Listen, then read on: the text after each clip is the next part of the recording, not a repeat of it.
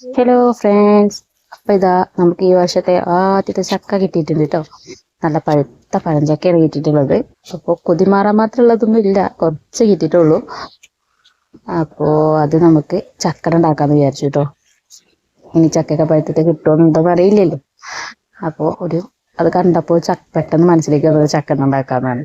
ചക്കപ്പൊതി എന്നൊക്കെ പറയും ചില സ്ഥലത്ത് കേട്ടോ. അവിടെ ചക്കട എന്നാണ് പറയുക. അത് ഉണ്ടാക്കാനാണ്. അപ്പോൾ അത് ശരിക്കും ഉണ്ടാക്കുമ്പോൾ ശർക്കര പാനി അങ്ങനെയൊന്നും യൂസ് ചെയ്യണമെന്നില്ല. ഞാൻ ഇന്ന് ചായക്ക് വൈകുന്നേരത്തെ ടീ ടൈമിന് ഉണ്ടാക്കാൻ വേണ്ടിയിട്ടാണ്. അപ്പോൾ അത് കുറച്ച് നമുക്ക് കുട്ടികൾക്ക് വയറൊന്ന് ഫില്ലാവണമല്ലോ. അപ്പം അങ്ങനെ കഴിക്കണമെങ്കിൽ കുറച്ചധികം കിട്ടണം. അപ്പോൾ അതിന് ഞാൻ അത്യാവശ്യം പൊടി ചേർക്കുന്നുണ്ട്. അല്ലെങ്കിൽ നമ്മൾ ചക്കട ഉണ്ടാക്കുമ്പോൾ സാധാരണ അത്ര പൊടി ചേർക്കില്ല. അത് ആ ചക്കയുടെ ഒരു ഫ്ലേവറാണ് ഒന്നും മുന്നിട്ട് നിൽക്കേണ്ടത്. പൊടി ഒന്നൊരു സെറ്റായി കിട്ടാൻ വേണ്ടി മാത്രമേ നമ്മൾ ചേർക്കുള്ളൂ.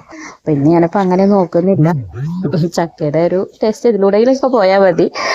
കുറച്ചധികം പൊടി ചേർക്കുന്നതുകൊണ്ട് തന്നെ ഞാൻ കുറച്ച് ശർക്കര പാനിയും കൂടെ എടുക്കുന്നുണ്ട് കേട്ടോ. അല്ലെങ്കിൽ നമുക്ക് മധുരം ഉണ്ടാവില്ല. അത് മാവും കൂടെ ചേർത്ത് പൊടി ചേർത്തിട്ട് നമ്മളത് വേവിച്ചെടുക്കുമ്പോൾ ചക്കയുടെ മധുരം പറ്റങ്ങ് പോവും.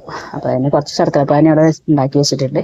പിന്നെ നമ്മുടെ പൾപ്പൊക്കെ ഇതൊക്കെ സെപ്പറേറ്റ് ചെയ്ത് ഞാൻ നന്നാക്കി വെച്ചിട്ടുണ്ടായിരുന്നു. പിന്നെ ആ പൾപ്പും 2 ഏലക്കായും കൂടെ ഇട്ടിട്ട് ഒന്ന് മിക്സിയിൽ കറക്കിയെടുത്തിട്ട് അതിലേക്ക് ആവശ്യത്തിനുള്ള മാവൊക്കെ ഇട്ട് ആദ്യം സ്പൂൺ കൊണ്ട് കുഴച്ച് പിന്നെ നമ്മൾ കൈ വെച്ച് നന്നായിട്ട് കുഴച്ചെടുത്തിട്ടോ.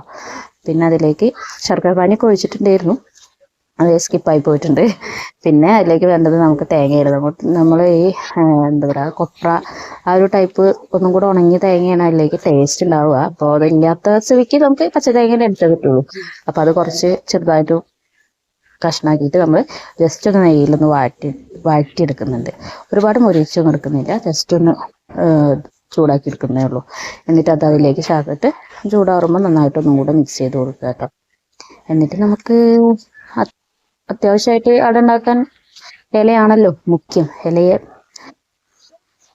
ഇല നമ്മുടെ പറമ്പിലില്ല. അപ്പം നമ്മൾ തൊട്ടടുത്ത പറമ്പിൽ പോവുക, അവരോട് ചോദിക്കുക, കുറച്ച് ഇല വെട്ടുക. അങ്ങനെ കുറച്ചധികം ഇല ഞാൻ വെട്ടിയിട്ടൊന്ന്. അപ്പോൾ എപ്പോഴും അങ്ങനെ പോയി ചോദിക്കുന്നത് മോശമില്ലേ. അപ്പോൾ നമ്മൾ കുറച്ച് ഇല തികയോ എന്തെന്ന് അറിയില്ലല്ലോ. അപ്പോൾ വെട്ടി വന്നിട്ടുണ്ട്.